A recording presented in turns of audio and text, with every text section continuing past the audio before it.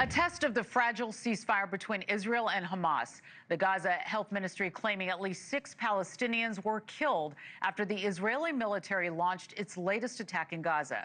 The IDF saying that they carried out airstrikes in southern Gaza, followed by an attack by Hamas. Vice President Vance expected to visit Israel on Tuesday as the delicate peace plan wavers. This battle has taken a hold of college campuses for the past 2 years, as you know. The epicenter of that debate has been Columbia University in New York City.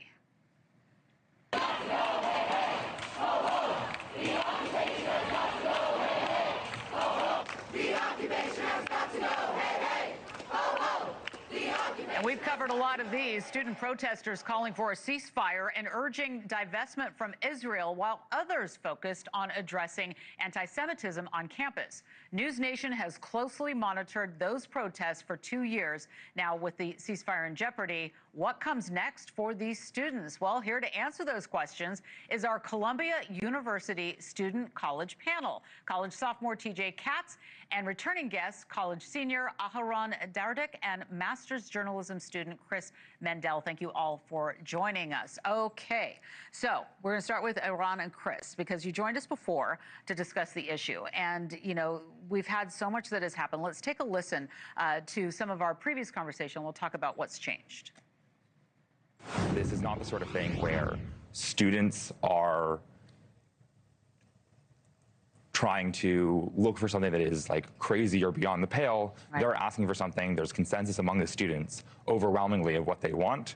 When there's the protest going on, they feel like they're within a community of their peers, and they feel like they're keeping each other safe compared to being in the regular student body. It's a bit of factionism at times. Okay, so several months have passed, so let's talk about what stands out to you both. So right now, the biggest thing that stands out is there's been a lot of rule changes that happened over the summer, and students are trying to figure out how to navigate that. And the other thing that's changed is a lot of students who were involved in the protests in 2023, 2024, and this past spring have now graduated.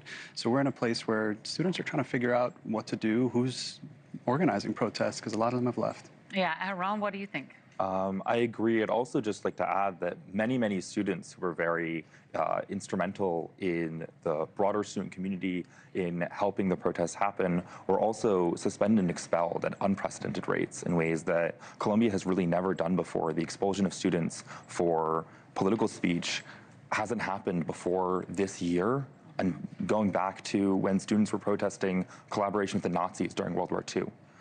So this is something that's really unprecedented. It's a way of attacking free speech and creating a chilling effect that has really harmed not just those students who themselves were suspended and expelled for expressing their freedom of speech on campus, but also for all the other students who wish to do the same.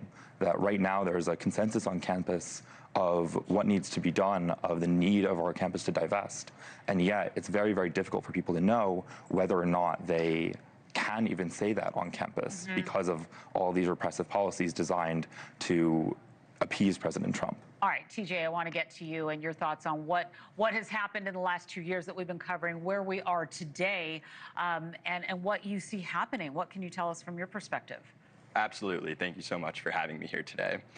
I unequivocally support the right for students on campus to have free speech. There's no doubt that students need the right to express what they believe in and speak up for what they support in. I think that said, there is undoubtedly a very clear distinction between the difference of free speech and hate speech. Hate speech undoubtedly should not be protected on our campus. When on October 7th, just a couple weeks ago, the anniversary of the deadliest day in Jewish history since the Holocaust, when I walk to class and I hear students chanting that they don't want two-state, they want 48, that they want to go back to a time in which the Jewish people didn't have a homeland to protect themselves, to have the right to exist in such a way that they know they could be safe, that's really upsetting and that's disturbing. And I think that undoubtedly for the last 2 years on our campus at Columbia, we need to find a middle ground. We need to ensure that all students can speak up for what they believe in, but that they do so in a peaceful way and not in a disturbing and a hateful way. Go ahead. There's a difference between something being disturbing or making you feel uncomfortable and that thing becoming hate speech. Right now at Columbia, we've had a revised definition of anti-Semitism based on IHRA that makes so many things that are just criticism of Israel or criticism of Zionism be considered anti-Semitism at Columbia. And so even what you described, I think, is something that like can make a lot of people, a lot of my friends feel uncomfortable. But it's not hate speech, and that's sort of, I think, the difference here, is if it's freedom of speech, it's freedom of speech. All right. Well, let me get Chris to weigh in here, because as a journalist at Columbia, you've reported on the issue from the start, and we saw these Palestinian activists arrested, and we've seen a lot of things happen that has really filled a range. What are you seeing now? And talk to us about some of the arrests and the protests and the speech they're talking about. So I think a big part of it is trying to figure out what's the proper thing to say to the other side, how to connect with the other side. Because a lot of times what's happening is the sides are talking past each other. And I think that that's a big thing. Like we hear right now, there's a difference between hate speech and speech that is free speech. And students really need to grapple with that concept right now. And they need to figure out, how do I connect with the other side in a way that doesn't sound like hate speech? So, for example, the Palestinian slogan, "From the river to the sea," that's seen as hate speech by the other side, but to a Palestinian student, that's a very important identity-based thing for them, and it means homeland to them. It doesn't mean eliminating the Jewish state.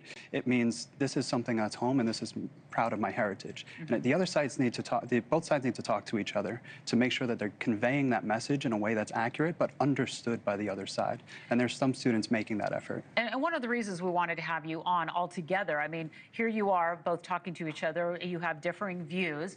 Is this happening on campus? Are you guys having these talks in an open forum where you can have the differing views?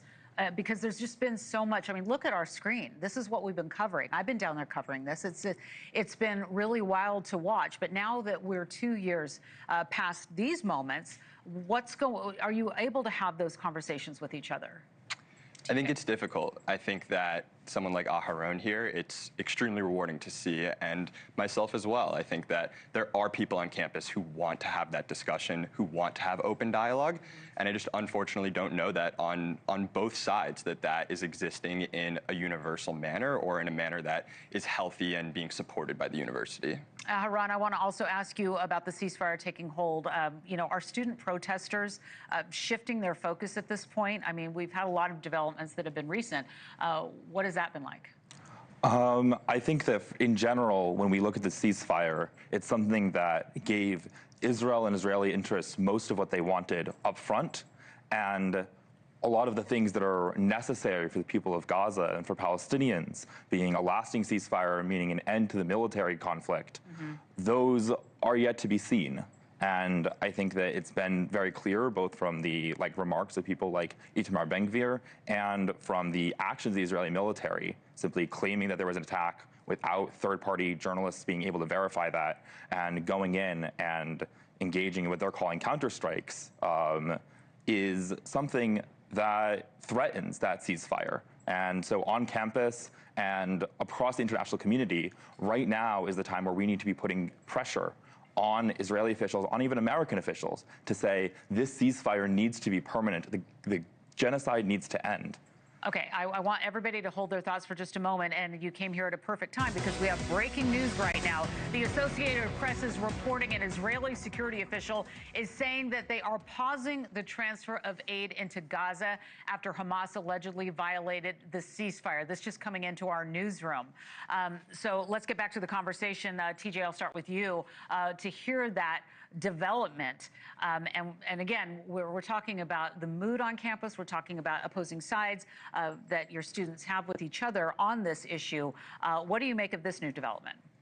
Absolutely. I think that it's important to note what the last week has really looked like since the U.S. government making the announcement attempting to end the war between the two sides. I think it's really important to see that I didn't see celebrations on campus when a ceasefire announcement came into place. That for the last 2 years, it's felt like it's always been about peace. It's always been about preserving life. It's making sure that whether they're an Israeli, a Palestinian, whoever they are, that they can live in harmony, they can live in peace, and they can have their safety guaranteed.